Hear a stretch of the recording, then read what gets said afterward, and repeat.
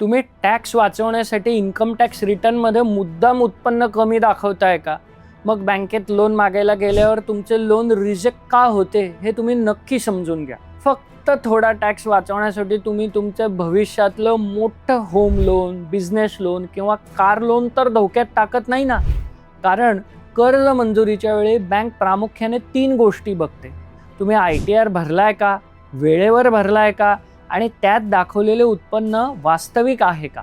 बँकेसाठी तुमचा ITR म्हणजे तुमच्या उत्पन्नाचा अधिकृत कागदोपत्री पुरावा असतो. अनेकदा आपण विचार करतो की माझे उत्पन्न चांगले आहे, कोणतीही बँक मला सहज कर्ज देईल.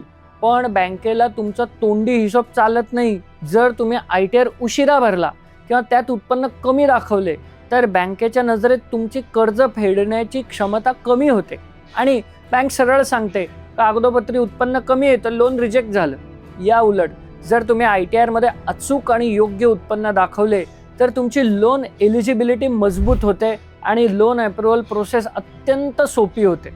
म्हणूनच दरवर्षी आपला ITR वेळेवर फाईल करा आणि त्यात तुमचे खरे उत्पन्न दाखवा.